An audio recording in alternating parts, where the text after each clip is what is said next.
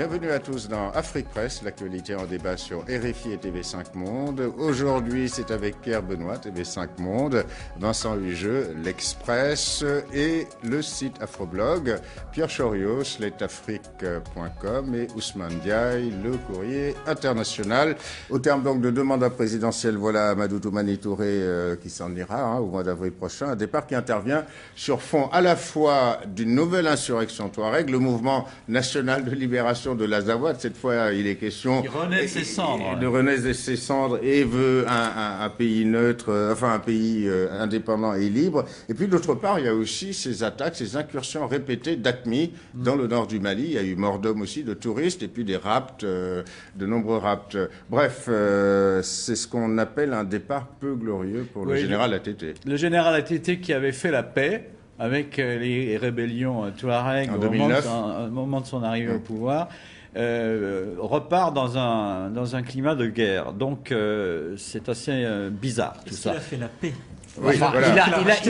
La dernière paix remonte à 2009. Il a acheté la paix en nommant des préfets, des responsables de région, en intégrant des anciens Touaregs de la guérilla comme officiers de l'armée régulière.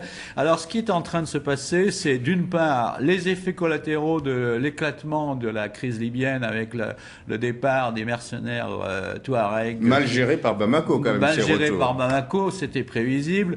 Le Mali a reçu donc des Touaregs, des soldats. Le Niger a reçu des hommes d'affaires. C'était peut-être plus simple à gérer avec des caisses, avec des billets dans. Et puis les militaires nigériens ont été désarmés, ce voilà. Alors et au Mali, on a reçu quelques centaines de combattants, etc., avec des missiles. Les services secrets occidentaux parlent de 300 à 400 missiles solaires qui seraient partis dans la nature et qui seraient peut-être aux mains d'AQMI, peut-être aux mains de certains Touaregs.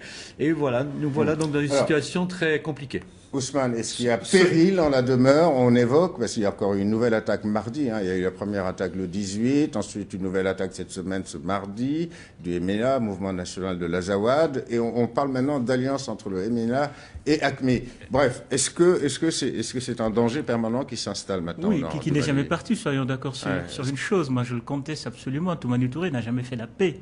Par moments, il y a eu de longues accalmies, parce qu'il a nommé des colonels, des gens qui étaient très peu formés, des ambassadeurs, notamment la famille Yek Ali. Il a racheté une sorte de paix. À un moment donné, ces gens ont été frustrés, ont eu des problèmes et se sont réengagés dans la rébellion. Il faut dire que, certes, il y a, comme le dit Pierre, les anciens les soldats perdus de Kadhafi, mais il faut dire qu'aussi l'attaque de Menaka a été dirigée par un déserteur de l'armée malienne. Donc en fait, c'est les gens que Amadou Toumani Touré avait intégrés sans grosse formation, etc., juste pour les calmer, qui ont fait la jonction avec leurs ex-camarades partis en Libye.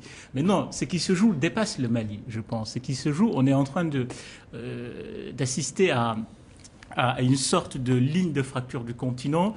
L'Afrique est en train de devenir le ventre mou du terrorisme mondial parce que l'armée malienne est très peu équipée. Alors, non, il y a un axe, et d'ailleurs, on l'a vu hier, le ministre de la Défense du Nigeria l'a affirmé, il y a des liens clair entre AQMI et Boko Haram. Boko Haram et les Chebab en Somalie. Parce que ouais. parmi les victimes de Boko Haram qu'on a pris, il y en a qui ont été entraînés chez les Chebab. Donc je pense qu'il y a quelque chose qui se joue et c'est pas de la responsabilité du Mali ni d'Amadou Toumani Touré. Je pense qu'il faut une réponse au niveau continental. Donc Vincent Hugeux, Alassane Ouattara a raison de demander une présence militaire française. Il avait même proposé d'ailleurs en septembre dernier à l'ONU, si je me souviens bien, de faire de la Côte d'Ivoire une plateforme de lutte contre ce terrorisme qui va grandissant en Afrique de l'Ouest. Ça fait des mois, voire des années, que l'on entend chacun entonner le refrain de la coopération. On a un état-major conjoint, supposé être basé à Tamanrasset, et qui, pour le moment, produit des rapports et des vœux pieux. Donc, le problème, c'est qu'il faut effectivement passer à l'acte. On est dans du transnational pur, comme ça vient d'être souligné. Ce que je trouve effectivement très inquiétant pour Bamako, c'est cette cristallisation. On le retrouve effectivement, l'ancien officier supérieur de l'armée de Kadhafi, basé au passage à Beni Walid et à Seba dans sa carrière, donc deux fiefs pur et dur du kadhafisme impénitent, et on a effectivement la coalition avec des déserteurs et d'anciens mouvements. Jusqu'à maintenant, les recettes que tu as apportées sont des recettes à l'ancienne, qui ne sont pas à la hauteur. C'est pas parce qu'on fait des cérémonies d'accueil ou qu'on lance un programme pour la sécurité, la paix et le développement que l'on peut répondre à une dynamique aussi extraterritoriale que celle-là. Je termine sur un paradoxe quand même assez singulier. On a là un président, ils ne sont pas si nombreux, on peut lui rendre hommage au moins pour ça, qui lui ne cherche pas à tripatouiller la loi fondamentale pour faire le mandat de plus, donc le mandat de trop.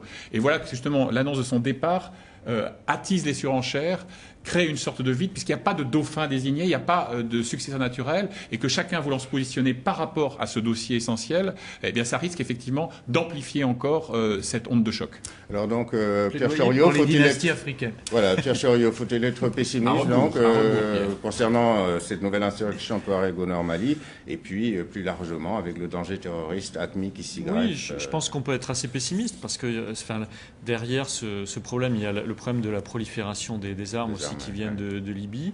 Il y a un autre problème majeur dont on parle assez peu en France, c'est quand même l'Algérie qui est très en colère contre la France et contre les Occidentaux, parce que les Algériens se considèrent comme la grande puissance de la région et considèrent que les Occidentaux ont déstabilisé à la fois la Libye et puis l'ensemble de la région, et les Algériens ne veulent pas d'un retour des Occidentaux dans le Sahel.